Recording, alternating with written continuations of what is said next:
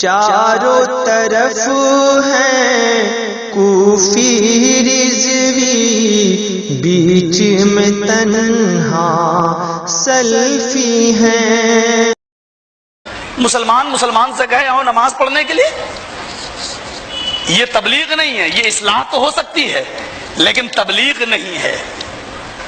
وہ لوگ غور کریں جو 40 دن کا چلہ لے کر جاتے ہیں، وہ لوگ بھی غور کریں جو 3 دن کی جماعتیں لے کر جاتے ہیں اور وہاں کتاب و سنت کو چھوڑ کر ایک ملا کی، مولوی کی لکھی ہوئی کتاب وہاں پڑھائی جاتی ہے اور یہ کہا جاتا ہے کہ اس میں کتاب و سنت کا نچوڑ ہے، ایسنس ہے، کتاب و سنت کا مغز ہے اس کتاب کے اندر۔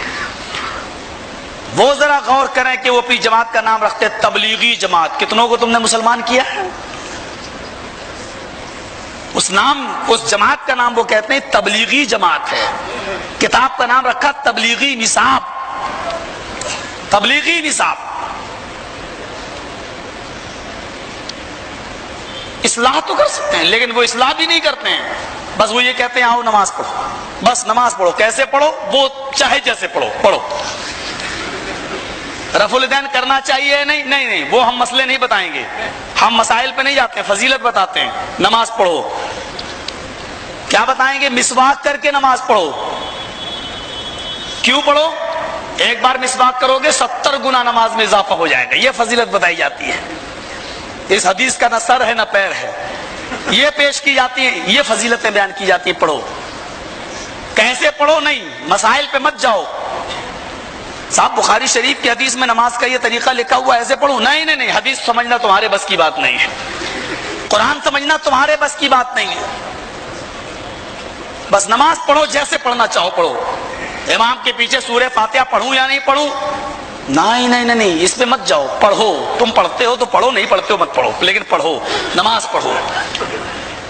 یہ ہے تبلیغی جماعت۔ اس سے پوچھو کیا پہنچایا تم نے؟ کیا پہنچایا تم نے؟ بہت زیادہ اگر کوئی آدمی جانکار ملا، جیسے میں بامبے جا رہا تھا ٹرین کے اندر، رمضان کا مہینہ تھا، اب بہرحال ان لوگوں نے روزہ افطار کرنے کے بعد نماز پڑھی تو میں نے بھی ان کے پیچھے نماز پڑھ لی، مجبوری تھی، کیا کریں۔ انہوں نے کہا مولوی صاحب روزہ افطار کیا ہے، ہمیں مولانا تو سمجھتے ہی نہیں تھے وہ کہ بیٹا تم نے روزہ افطار کیا، نماز بھی پڑھ لیں۔ میں نے کہا پڑھ لو۔ تو اہل حدیث تو وہ ہوتا ہے جو دور سے چھلک جاتا ہے، دیوبندی بریلوی میں پتہ نہیں چلا، دونوں نیچے باندھتے ہیں۔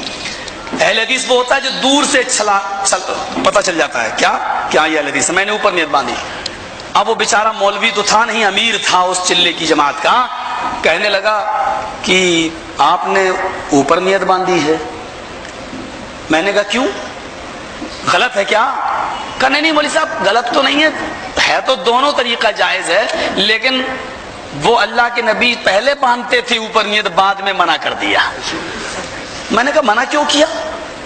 کہا کہ وہ لوگ بت لے کے آتے تھے اور اپنے بغل میں دبا لیتے تھے، اور آپ جو بار بار رفع الیدین کر رہے تھے یہ صحیح نہیں ہے۔ اللہ کے نبی نے رفع الیدین کرنے کا حکم دیا تھا، جب لوگ بت دبا کے لاتے تھے تو آپ جو رفع الیدین کرتے تھے اللہ اکبر تو وہ بت گر جایا کرتا تھا، اس لیے رفع الیدین کرنے کا حکم دیا۔ بعد میں اوپر نیت باندھنے کی حدیث بھی منسوخ ہو گئی ہے اور رفع الیدین بھی منسوخ ہو گیا ہے۔ میں نے اس سے کہا میرا اختلاف اس رفع الیدین پر نہیں ہے جو شروع میں کیا جاتا ہے، افتتاح میں اللہ اکبر، ہم تو اللہ اکبر کہتے ہیں، تم اللہ اکبر کہتے ہو، میرا اختلاف اس رفع الیدین پر نہیں ہے۔ یہ تو تم بھی کرتے ہو ہم بھی کرتے ہیں، اس میں اختلاف ہی کہاں ہے؟ ہمارا اختلاف اس رفع الیدین پر ہے کہ رکوع میں جاتے تھے اللہ کے رسول تو رفع الیدین کرتے تھے، اور رکوع سے اٹھتے تھے تو رفع الیدین کرتے تھے۔ اور اگر وہ 4 رکعت والی نماز ہے، 4 رکعت پڑھ رہے ہیں تو دوسری رکعت کے بعد تیسری رکعت کے لیے اٹھتے تھے تو رفع الیدین کرتے تھے۔ میں نے کہا میرا اختلاف اس رفع الیدین پر ہے، بدھ تو پہلی مرتبہ میں گر گیا اور تمہارا تو یقیناً گر گیا، کیونکہ تم تو اوپر کان چھوتے ہو ایسے پکڑ اللہ اکبر، تو بدھ تو پہلی مرتبہ گر گیا۔ رکوع میں جاتے تھے تو کیوں کرتے تھے، رکوع سے اٹھتے تھے تو رفع الیدین کیوں کرتے تھے؟ میرا اختلاف اس رفع الیدین پر ہے۔ کہنے لگا لگتا ہے لڑکا کچھ جانتا ہے، بولا لگتا ہے کہ بیٹا تمہیں کچھ معلومات ہے۔ کہنے لگا اوپر نیت بھی منسوخ ہو چکی ہے، اوپر نیت باندھنے کی حدیث ضعیف ہے۔ میں نے کہا کیا کہا؟ اہل حدیث کو کہتے ہو کہ اوپر نیت باندھنے کی حدیث ضعیف ہے؟ کہنے لگا ہاں ضعیف ہے، بلکہ ہمارے بہت سے مولوی کہتے ہیں موضوع ہے. یہ ہوتی ہے ایک جاہل کی پہچان. آج کل چلہ کون کر رہا ہے؟ مولویوں کی کوئی جماعت نکلتی ہے؟ کبھی دیکھا ہے کہ دارالعلوم سے فارغ ہونے والا کبھی چلے کی میں گیا ہو؟ دارالعلوم ندوہ سے کوئی فارغ ہو کر چلے میں گیا ہو؟ اناڑیوں کے ہاتھ میں استرا دے دیا، بندر کو استرا دے دو گے تو شیونگ کرے گا یا گردن کاٹ دے گا. آج جنہوں نے سب سے زیادہ انہوں نے دین کی گردنیں کاٹی ہیں، یہ 40 دن کا چلہ کر کے اپنے آپ کو بہت بڑے مفتی بنتے. میں نے ان سے کہا چل، میں نے مان لیا ناف کے نیچے نیت باندھنے کی حدیث صحیح ہے اور اوپر نیت باندھنے کی حدیث ضعیف ہے. چل میں نے مان لیا موضوع ہے، چل میں نے مان لیا کہ منسوخ ہو چکی ہے.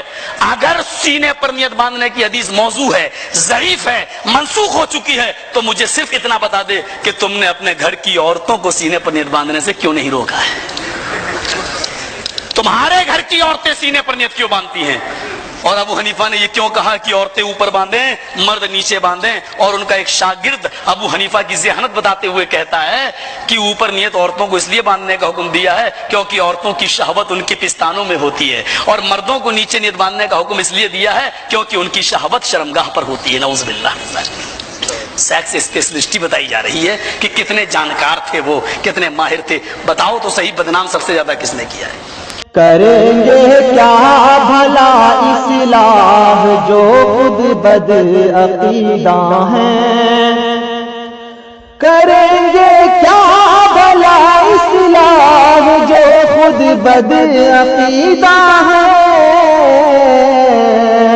وہ تم کو کیا دوا دیں گے جو خود بیمار پھرتے ہیں؟ وہ تم کو کیا دوا دیں گے جو خود بیمار پھرتے ہیں؟ شرافت کے لبادے میں بڑے عیار پھر